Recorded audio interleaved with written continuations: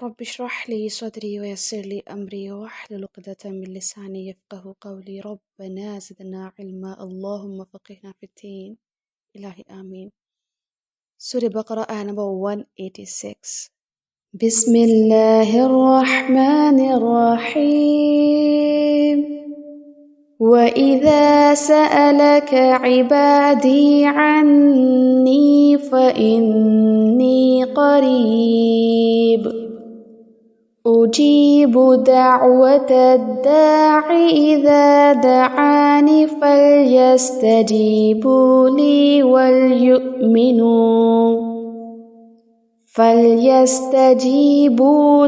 وليؤمنوا بي لعلهم يرشدون. اور جب تم سے میرے بندے میرے بارے میں دریافت کریں تو کہہ دو کہ میں تو تمہارے پاس ہوں. جب کوئی پکارنے والا مجھے پکارتا ہے تو میں اس کی دعا قبول کرتا ہوں. تو ان کو چاہیے کہ میرے حکموں کو مانیں اور مجھ پر ایمان لائیں تاکہ نیک راستہ پائیں. بہت زبردست آیت ہے. غور کرنے کی بات یہ ہے کہ اللہ سبحانہ و تعالیٰ نے یہ جو صیام کے احکام ہے، روزوں کے جو احکام کی آیات ہے، اس میں اس کو درمیان ملا کے جوڑا ہے. وَإِذَا سَأَلَكَ عِبَادِي عَنِّي. کیا وجہ ہے کہ روزوں کے ساتھ اس آیت کو کنیکٹ کیا گیا کہ تمہارے جسم روحانی کمزور پڑے، روزے سے روح کو ایک تقویت حاصل ہو، اس سے جو حیوانی وجود ہے تمہارے جسم کا وہ تھوڑا کمزور ہو جائے، اسے تھوڑا دباؤ، اور اس جسم کے جو تقاضے ہیں اسے تھوڑا کم کرو. راتوں کو جاگو، کھڑے ہو، قرآن سنو، پڑھو. جب یہ سب کچھ تم کرو گے تو اس سے کیا ہوگا کہ روح کی آبیاری ہوگی، روح پر آب حیات کی بارش ہوگی، اور اس کے رزلٹ میں کیا ہوگا کہ تمہارے اپنے اندر سے ایک پیاس نکلے گی اور تم خود اللہ سبحانہ و تعالیٰ کے قریب ہونے کے لیے اس سے دعائیں مانگو گے، سوال کرو گے. وہ تڑپ اٹھے گی کہ تم اس کے قریب چلو، دوڑو. تو جب بھی تم سوال کرو میں تمہارے پاس ہوں، قریب ہوں. اجیب دعوت الداعی اذا دعان. پھر یہاں پہ دیکھیے کنڈیشن لگا دی، فَلْيَسْتَجِيبُوا لِي. تو بس چاہیے کہ وہ حکم کو مانیں اور ایمان لے آئیں تاکہ وہ ہدایت پائیں. تو بات دراصل یہ ہے کہ انسان کے اندر جب تقویٰ ہوگا تو وہ ضرور اللہ سبحانہ و تعالیٰ کی طرف دوڑے گا، اور دوڑنے کی شکل میں ایک سب سے بڑی اور بہترین شکل ہے کہ وہ اللہ سبحانہ و تعالیٰ سے دعائیں مانگے. دعاؤں کے ذریعے اللہ سبحانہ و تعالیٰ سے بہت قربت حاصل ہوتی ہے.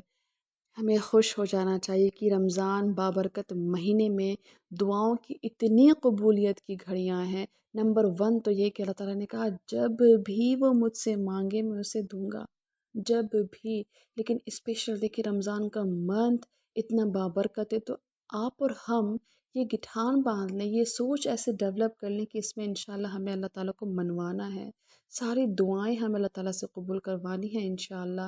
خود کو درست کرنا ہے، جو کچھ ہمارے اندر ویک پوائنٹس ہیں ان سب کو ہمیں درست کرنا ہے. زندگی میں جو بھی برڈنس ہے وہ سب دور کرنے ہیں. کس کے ذریعے؟ اللہ سبحانہ و تعالیٰ سے دعا مانگ کر کے. کہیں کوئی ہوپ لیس نہیں، کہیں کوئی ڈس اپوائنٹمنٹ نہیں.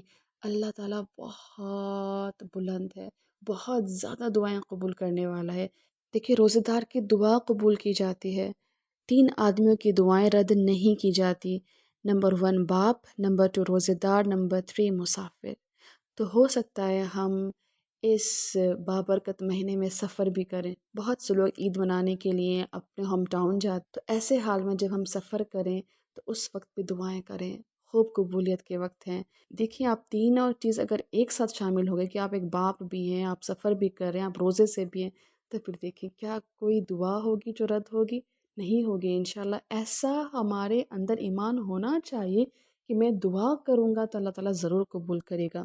پھر دیکھیں ایک اور روایت میں ہے کہ بے شک اللہ تعالیٰ ماہ رمضان کے ہر دن اور ہر رات میں لوگوں کو جہنم سے آزاد کرتے ہیں، اور ماہ رمضان کے ہر دن اور رات میں ہر مسلمان کے لیے ایک دعا ہے جسے قبولیت سے نوازا جاتا ہے. اللہ اکبر.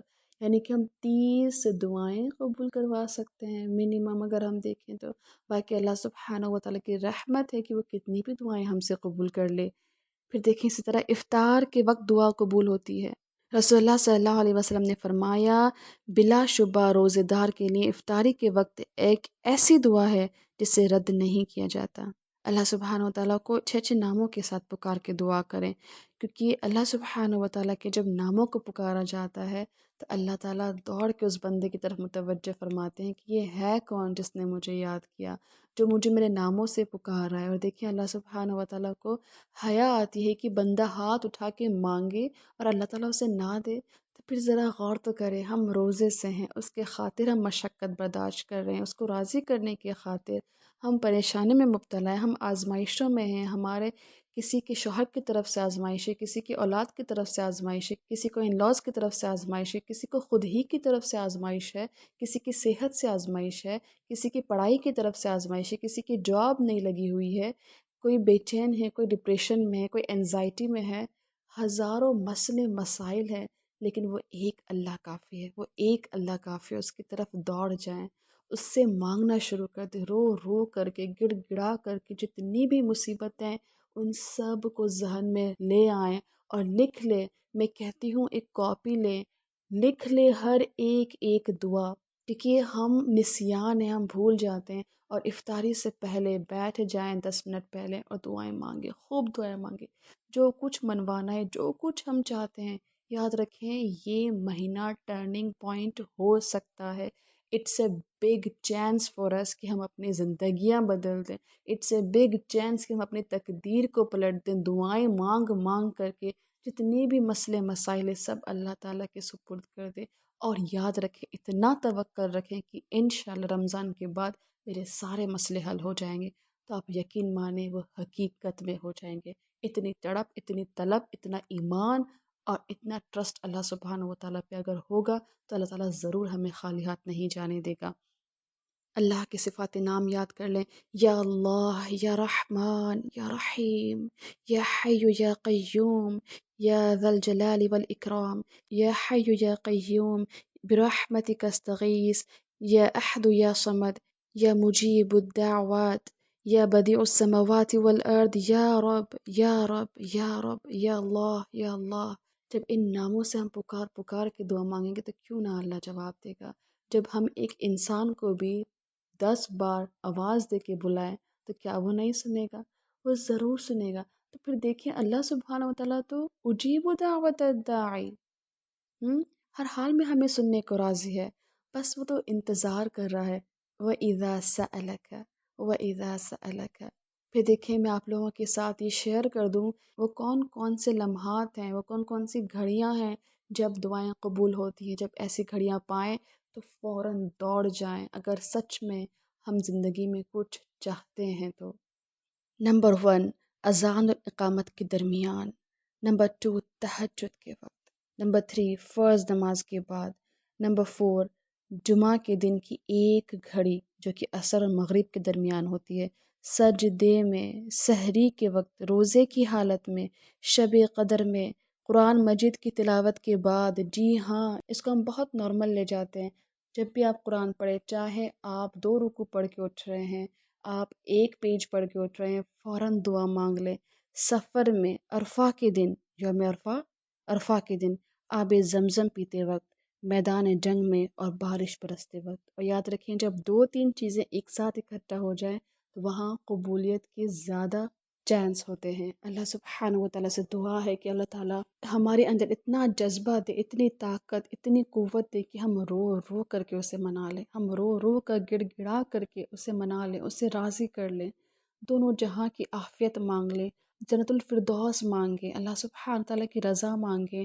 موسٹ امپورٹنٹ تھنگ جسے آپ نے نہیں بھولنا، اللہ سبحانہ و تعالیٰ سے ایمان، ہدایت، یہ 2 چیزیں مانگیں، اور اس کے ساتھ ساتھ ایمان اور ہدایت میں رہنے کے لیے ہمیشہ کنسسٹنسی، استقامت، کیونکہ بہت سے لوگ ہیں جو ایمان میں رہتے ہیں، ہدایت پہ ہوتے ہیں، لیکن کچھ عرصے بعد کافی دھندل پڑ جاتا ہے ان کا ایمان اور ہدایت، لیکن شیطان کے ٹریپ میں ایسا پھنستے ہیں ان میں انکنسسٹنسی آ جاتی ہے۔ وہ کنسسٹنسی، وہ ٹھہراؤ، اس میں بقا رہنا، استقامت، وہ سب چلا جاتا ہے۔ تو اللہ سبحانہ و تعالیٰ سے مانگنے میں سب سے بڑی شے کیا ہے؟ ایمان کی دولت، ہدایت کی دولت اور استقامت۔ اللہ سبحانہ و تعالیٰ سے دعا ہے کہ اللہ تعالیٰ ہمیں اس قرآن کو ہمارے لیے قبر میں سفارش کا ذریعہ بنائے، اس قرآن کو اس زندگی میں جینے کے لیے ہمارے لیے ایک دوست بنائے، اور اس کے ذریعے ہم اللہ سبحانہ و تعالیٰ کے قریب ہو جائیں، اس کو راضی کر جائیں، جنت الفردوس کے اعلیٰ سے اعلیٰ مقام ہمیں حاصل ہو، متقین لوگوں میں ہمیں اللہ تعالیٰ شمار کرے، دونوں جہاں کی عافیت ہمیں حاصل ہو جائے۔ آمین ثم آمین۔ سبحانک اللہم و بحمدک، نشہد ان لا الہ الا انت، نستغفرک واتوب الیک، ربنا تقبل منا، والسلام علیکم ورحمۃ اللہ وبرکاتہ۔